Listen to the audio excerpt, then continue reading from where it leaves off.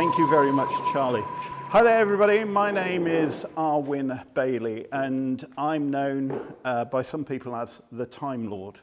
And what I do is I capture moments in time through the art of photography. And before anybody gets het up and so on, I've spoke to Karen about this as well, because I'm going to mention video, but right from the beginning, if you need video and so on, please see Karen. If you need stills and photography, the superior art form, then come and see me. Okay, so what I'm going to talk about today, very briefly, can you give me a sign when I've got about 2-3 minutes left? Okay, that'd be brilliant. Thank you. Thank you, Paul. Is a smartphone. When was the last time somebody took a phone call or made a phone call on their phone? Can you remember? How many times a week would you make a phone call on your phone? Every 5 days. Yeah. Most people, apart from the hecklers, it's very rare. You actually use your smartphone for email, social media, WhatsApp, messaging, and photography and video. Far more, in fact, the phone app is probably the least used app on a smartphone. It's actually more or less fallen out of use. I think there's a tip for business. If you ring up businesses, I know businesses said, nobody ever rings us up, and somebody rang us up to talk to us about our product or service, and we took them on because they're the only person who ever rings us up. All the rest is by email. So start using your phone for that.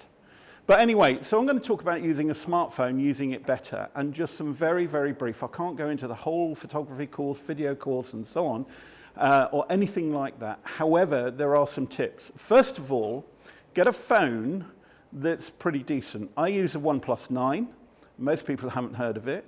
My son is very good at investigating these things, and he researched, and it was a crowd-funded phone. It is from China, but they all are. Why we got het up about Huawei, I don't know, because they're all made in flipping China, Taiwan anyway. But anyway, it's a crowd-funded phone, and the camera on this is brilliant. And the reason why I bought this, the thing that really convinced me, was on here is Hasselblad. The software is made by Hasselblad. If you know cameras, they are historically one of the best cameras ever made, and they continue to make them today. Wish I could afford a camera by Hasselblad digital. It's about £40,000-50,000. Lenses start at about 10-15 grand. Wish I could afford one. I can't. But anyway, so a smartphone. So get a phone that has some decent tips, tricks on it and so on, decent settings. But what I want to say is, I was out in Aylesbury town the other day doing some work out there, and inevitably when you got a big camera and kit and so on, people come up and ask you, Karen will have experienced this with video as well, you inevitably get asked by people questions. Somebody said to me, great camera, what do you use, what should I use for video? And I said, okay, what do you want it for? He said, vlogging. I said, use a smartphone. Next question, which smartphone should I get? What's a good camera? What's a good smartphone? There is no such thing as a good camera for video or for stills. The best camera is the one you have on you at the time. It's a well-known phrase, and that is true. I go out with vintage cameras, black and white cameras, when I've got 12 shots. And I have to think, is this the shot, is that the shot, what's the light, what's the setting? And it improves my photography because I've only got 12 shots. So there is no, and I can take great pictures with a film camera. So there's no such thing as a good camera or good phone. However, there is software that enables you to do things easier. That is how I describe it. So the first thing is, on your phone, make sure that when you are doing video, please set it at 4K. Or 6K, or as high as possible. I'm not going to go into the fact that the 4K on this phone is nowhere near the 4K on Karen's cameras, because it isn't. It's about sensor sizes and so on. If you see something that says 4K, it may not be 4K, the way that we talk about it as professionals, okay? But basically, set it on 4K. Next tip, set your video at 60 frames a second. Why? Because then you can do slow-mo, which is really useful at points as well, okay? Next, on all photography and video, please stop doing this bloody thing. The only place that a photo in portrait is needed is on Instagram stories. Your website needs that. It doesn't need that. You think about it. You're taking a shot. How are you going to extend that for Facebook banner, LinkedIn banner, a Twitter square you may be able to, but your website? How you get, and everybody in the world takes photos at this angle. Think about if I kneel down here and do it up. If I can stand up, I was doing Haynes and Watts the other day, who came here, their fun day at Crazy Golf. I climbed up a waterfall thing, you know, a false waterfall thing at Milton Keynes, and I took some shots from up there. And then there was an even bigger one further on the course. I climbed up that one. I got told off. They sent out the young guy to tell me off. He was trying not to laugh.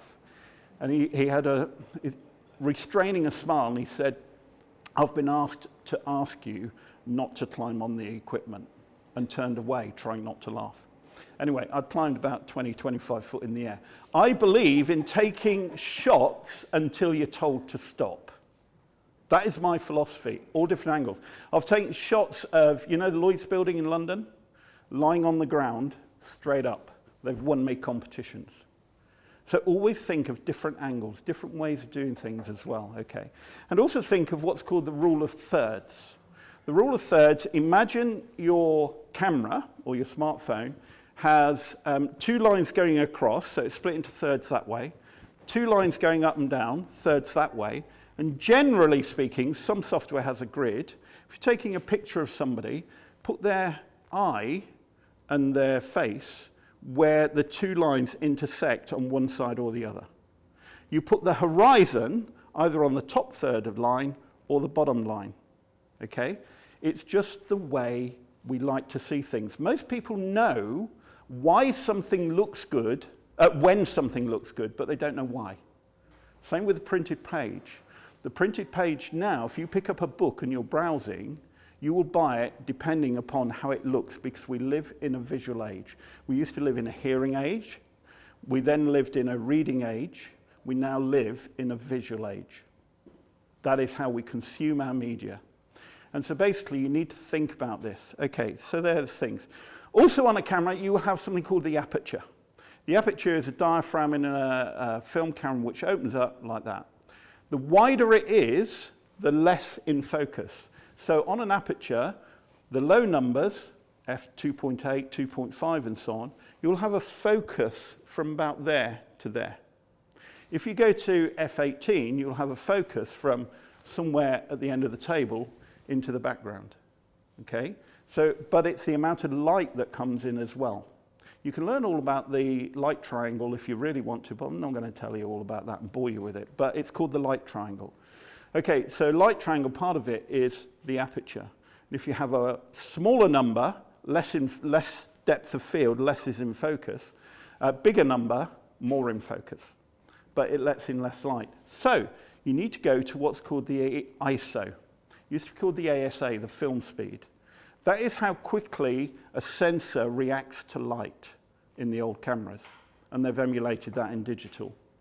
So the ISO in a dark atmosphere, in a dark room, you need to set it higher to let in more light.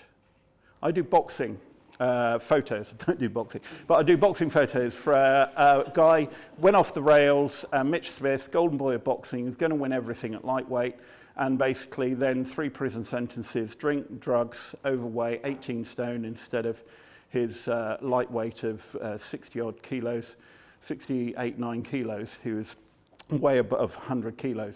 But he's now back on the comeback trail, and I'm back with him, photographing him and so on, and recording his story, his comeback story. Tyson Fury sent him a message saying, keep going, keep going. And I was with him this last week. But when I photograph boxing, elbows on the ring, you know, on the bed, and you're right up, the camera through the ropes. You can't use a flash. Flash, oh, I've been hit or knocked out. You can't use that. You have to use a really, really high ISO.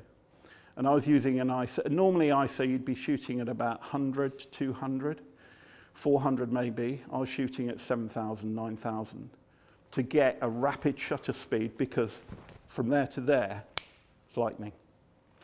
And so you have to understand some of this, okay? So ISOs, set your aperture, set your ISO. There's then your shutter speed. That's how quick the shutter goes like that. And basically, that is, again, the longer the shutter speed, then basically the more light in as well. But the longer the shutter speed, the more blurred the photo. If you look at some of my photos on LinkedIn, only last week of the boxer, I've got some great uppercuts like that, and this is a complete blur because I know how to use the camera. And I've set a slow shutter speed. But the ISO and the aperture is also correct. Okay. So these are just some basic tips. You won't remember it all, but at least remember your ISO and aperture, two of the key things. Okay. And start using those, and then start using, not like that, but use it like that. Unless you're doing Instagram, then you can use it like that. And even on video, if you're doing it like this, and you are going to want to put this on Instagram, make sure your subject is on the middle. Don't have them on the outside and then moving in. You can have that, but be careful, because if they're in the middle, you can then do it on the Instagram square or Instagram story. If it's to one side, great for Facebook, LinkedIn, videos and so on. But Instagram, you got it there on one side here, and then suddenly you want to move across, and suddenly it's in, do you know what I mean? It's just completely out for Instagram. So whenever, I bet you, whenever Karen's team does a job, and I've worked with Karen's team, Drone Guy and others, I always ask anybody, okay, where are these photographs going to appear? Is it for a website banner? Is it for LinkedIn? Is it for Facebook? Is it for Twitter? And so on, because all of them have different sizes and perspectives. The same for your video. It has different sizes and perspectives. And basically, that is going to be the best way for most of it. But I bet you, Karen, your team say, where are you going to use this? Is it website? Is it social media? Which social media? Because, because you have to know how you're going to shoot it. And I do that with photography as well. So there are just some basic tips. I'm going to leave you with one. Now then, you haven't got a gimbal. You've gone out, you want to interview a client, you've got a beautiful sunset, something like that, okay? You haven't got a gimbal. A gimbal is a steadying thing which you can put your phone into and so on. I'm going to show you how to create a gimbal. First of all, make sure you're not covering the lens, basics, like take the lens cap off. And then basically you hold that firmly, and then you tuck, if you're left-handed, do it the other way before Smart Alex says.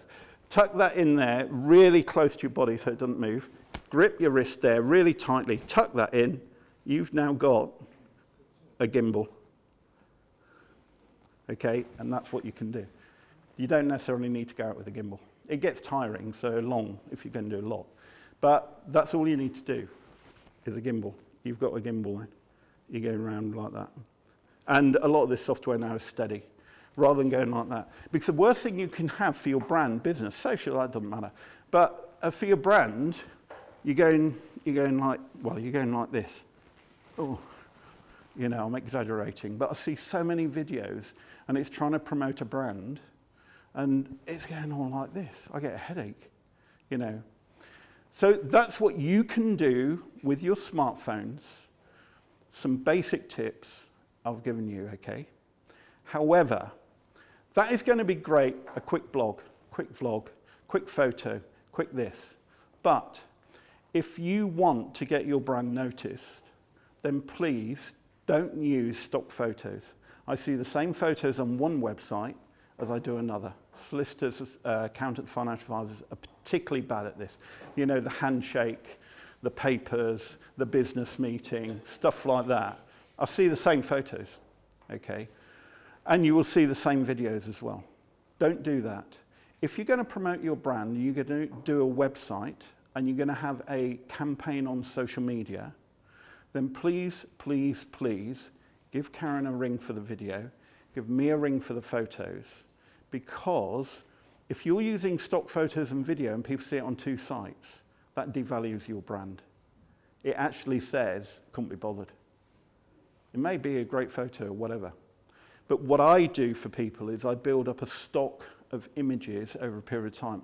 I don't just go and do one hit unless that's what people want, you know, just headshots or whatever.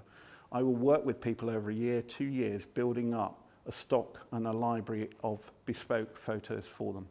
And Karen can do the same as well with video. So that's me. I'm the Time Lord. I've got one more question to ask, though. I'm coming to the end of a year contract. It's a body shop place down in Eastbourne, and I need to photograph a Cupra car. Anybody know? Anybody who has one or owns one, we are desperate to photograph in the countryside somewhere a Cupra. I think that's what it's called, C-U-P-R-A. If anybody's got one, please let me know. Live long and prosper. May the force be with you. Cheers.